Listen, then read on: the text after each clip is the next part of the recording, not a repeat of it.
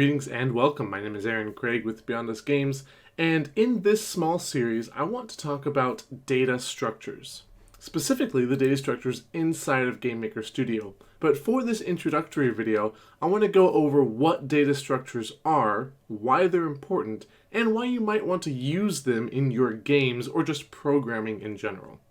So we know that GameMaker Studio 2 and GameMaker Studio 1 has access to data structures. There's a page right here that lists what they are. But in general, what is it? Because it's a widely talked about subject along with the algorithms that go along with sorting data structures and accessing the data inside of them. But basically, when you break it down, a data structure is simply a way to store data and then perform operations on that data, which actually it says right here.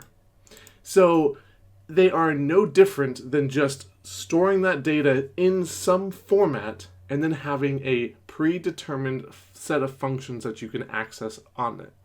Now that sounds kind of vague, so let's get into some actual details. The first one is an array. Now, there are a few functions that go along with an array, but for the most part, there aren't very many, because arrays are simply like the most basic way to store a set of data. Now, there is some properties about arrays that are important and are usually the same wherever you go.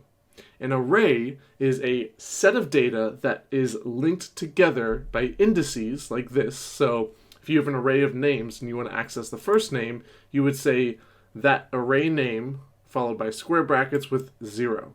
That accesses the first value in that array. Now, arrays are important because they are data that's actually all stored together inside of computer memory. You can think of this as a set of lockers in a school. You have a long row of them, and they are all together. If you want to move that locker, well, probably you're going to have to do a lot of hard work and maybe even move that entire chain together because they are linked together once they've been set in place and created.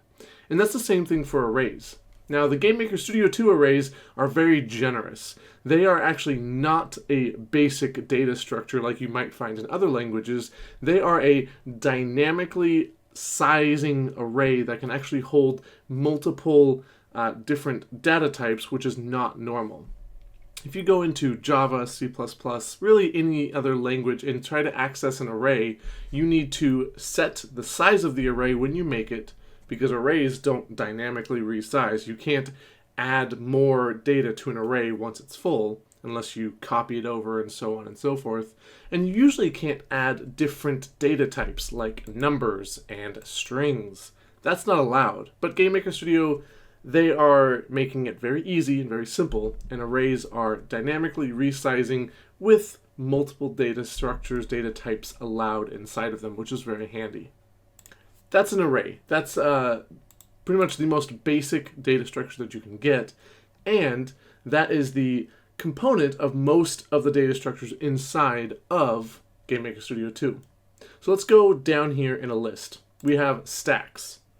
And I'm going to go over each of these data structures in a separate video and give more examples and also how to actually code it inside of GameMaker Studio 2 for a project that you might have.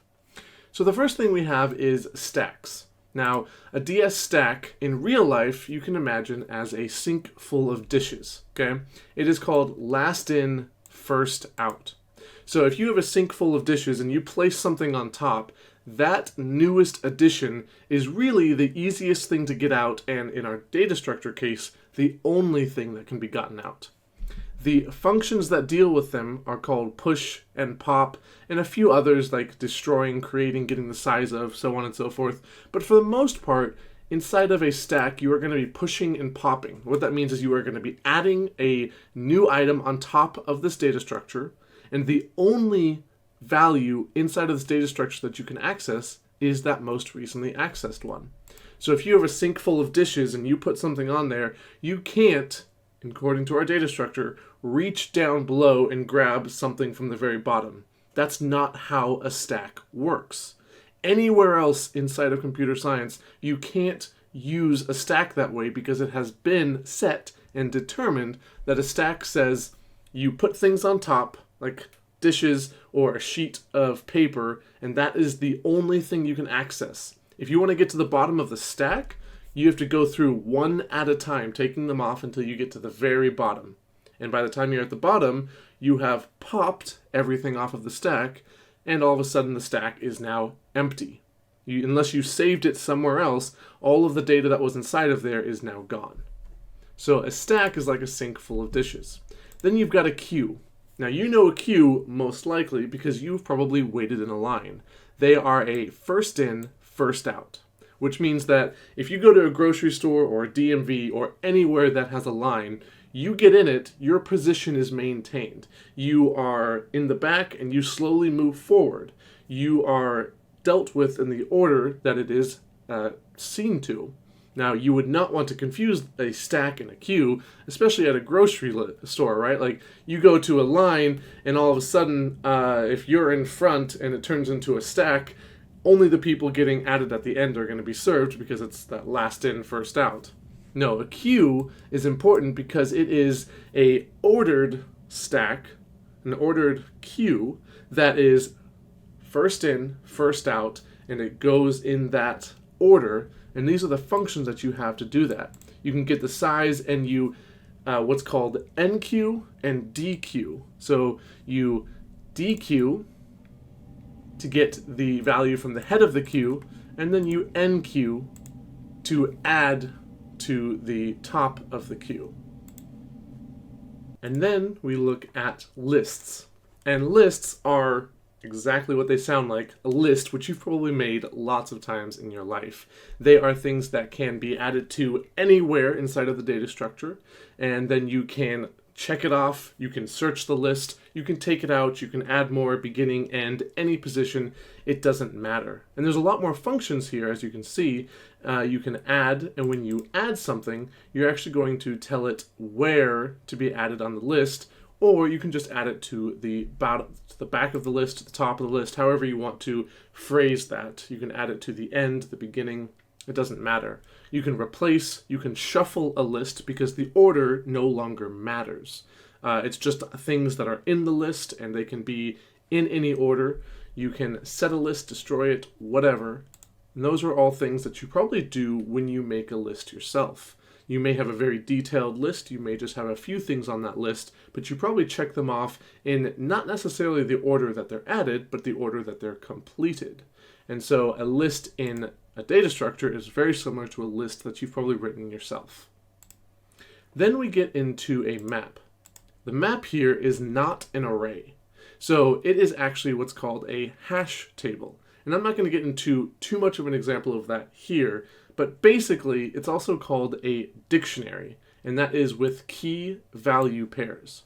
So if you open up a dictionary, if you actually have a hard copy of one, you'll see that it is a value of key and value pairs. You have the word, which is the key, and then you have the definition, which is the value. And you don't have multiple keys. That's the important part. You cannot have more than one key. You only have one, and you only have one value for that key. The beautiful thing is that no matter how large this DS map gets, it is a constant time to get a value from a key that you insert. Just like a dictionary. Even if that dictionary is like, 10,000 pages long, if you're looking for a word that starts with M, you're going to know pretty much where that word is because you know how it's organized. And that's the same thing with the DS map. They are extremely fast for getting the value of a key when you insert it.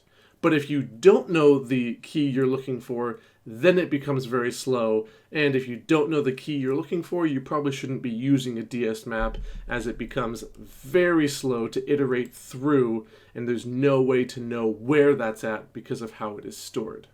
But there's also a good amount of functions here for accessing that DS map. And then we have priority queues. If you know what a queue is, this is a very similar data structure just based on priorities. So now it's not a list exactly, it is still a queue, but the things can move based on the priority that is given them. And you can find the max priority, the minimum priority, and you can change the priority of things inside of here. This would be very similar to an RPG, like a turn-based game, where you have that status bar at the top where it shows enemies and allies and like who's up next to attack.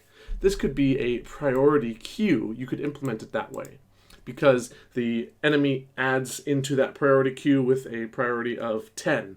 And then once he attacks, or once the next enemy attacks, it moves on, and that priority is decremented each step along the way based on maybe their speed or something. And you can alter their speed through abilities, potions, whatever the case may be. You can use a priority queue to do that, because you add new things at the end, and then they get changed based on the priority that they're given. And you can change that priority at any time, or find certain priorities depending on parameters. And the last thing that GameMaker Studio has is a grid. Now, a grid is a two-dimensional array, but it has a lot of built-in functionality that would make it much better than just creating a 2D array yourself. You can see here that this has the most functions for actually dealing with that. And that's because there is a lot you can do with a grid, and you could, in theory, write a script to do all of this yourself. But it wouldn't make any sense. This is already done for you. You've got a 2D array, and basically anything you want to do within that. Get a section here, you can add up this section, you can replace this whole section with these functions, you can get the max of a row, a minimum of a column, whatever the case may be, you can do all of that right here. You can shuffle them, you can sort them, you can multiply, and of course get the values of specific ones. You can do all of that with the functions they have built in. But at the end of the day, it is still just a two-dimensional array. And that's what a lot of these basic data structures are, is just arrays that have specific functionality that GameMaker Studio has provided, so that when you use them, and if anybody else uses them while you're coding together, you will know exactly how they are used and how they are not used. If you create a stack, everyone who is working with you, if they know what a stack is, will know how it operates and not try to break that. Whereas if you were to create an object that's like a stack yourself inside of here, and who's ever operating and programming it at that moment, it can just do whatever they want, you might end up with a very large problem of them inserting a value somewhere it's not supposed to be. If it's a stack, it has to go on top.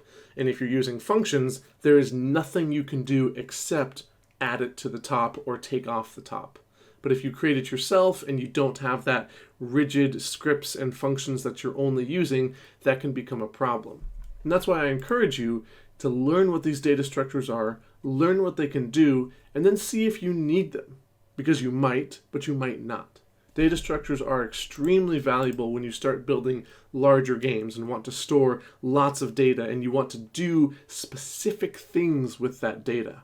And in the next couple of videos, I'm going to explore those specific instances and cases in which you might want a stack or a queue or a list for your game. I'm going to try to find some examples from video games that are out there that are probably implemented with some of these data structures, so that you can get an idea of, oh, that's something you can do with a stack. I never thought of that. That could be useful in my game. Hopefully this series will help you see that, and also see what data structures are, and that they don't need to be feared. You just need to put a little bit of time into reading what they can do and how they're supposed to work. That way you pick the appropriate one, and then you can use it well. If you pick a wrong data structure for a task, you're going to have a terrible time trying to get it to do what you want to do, especially if it just can't do that.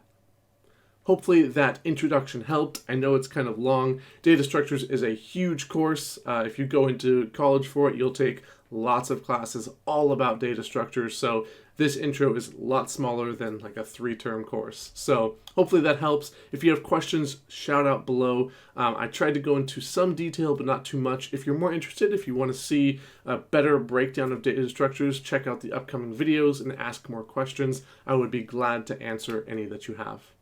But as always, have fun making great games, and I will talk to you later.